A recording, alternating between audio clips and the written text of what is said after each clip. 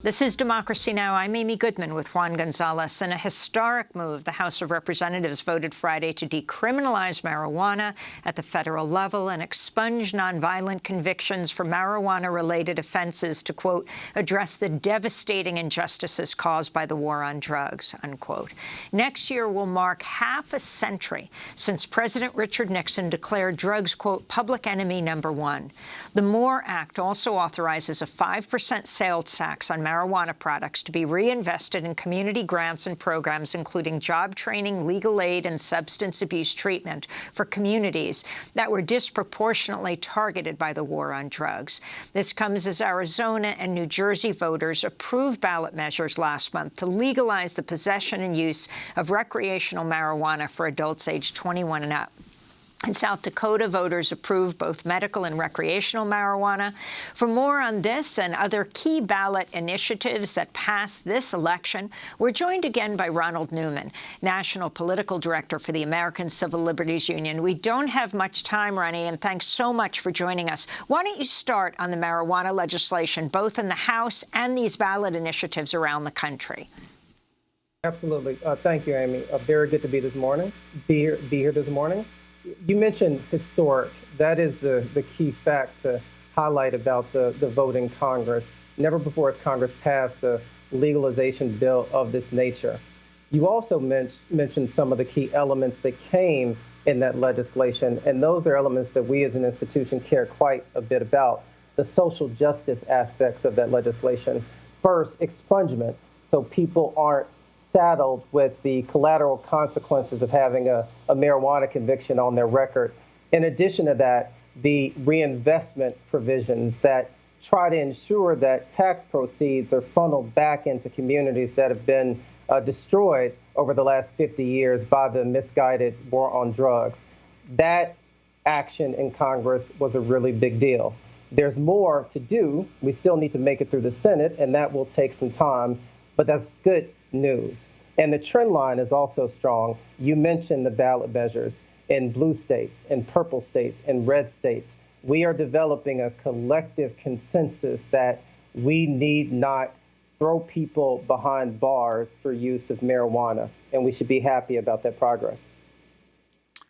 And could you give us a sense of the scope over these last 50 years? Are there numbers on the number of people who were arrested for marijuana-related crimes?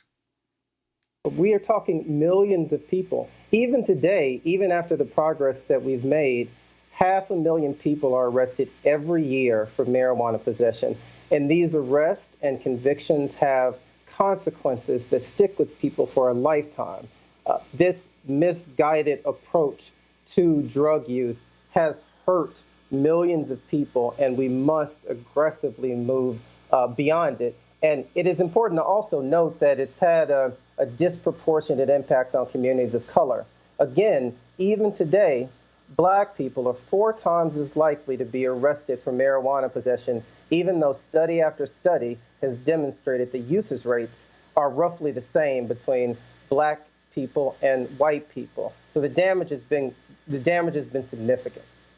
And can you talk about some of the surprises and how states voted? I mean, we're talking Oregon, Arizona, New Jersey, Montana, South Dakota. What surprised you most, and how will it change the laws in these states?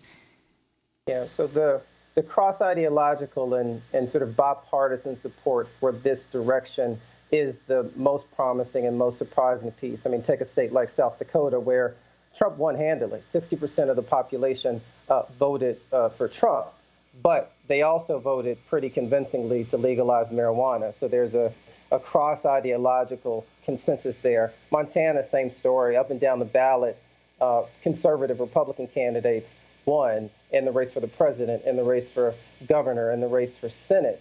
But despite that, marijuana legalization passed convincingly. And so that is important, and that shows that the country as a whole is moving in the right direction. I would like to take a quick second on Oregon, because that is historic and precedent-setting in a different, especially unique way. For people that don't know, in Oregon, the voters passed a ballot measure that decriminalized drug possession for all drugs, not just marijuana.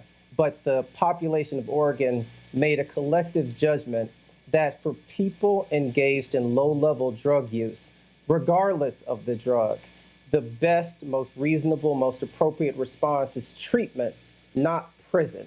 And that also is a philosophical corner that we're turning as a people that is something to be proud of. So what we need to do now is we need to take Oregon to other states. And when we're having this conversation 5 years from now, have Oregon be the default as opposed to the, one-of-a-kind event that happened this electoral cycle.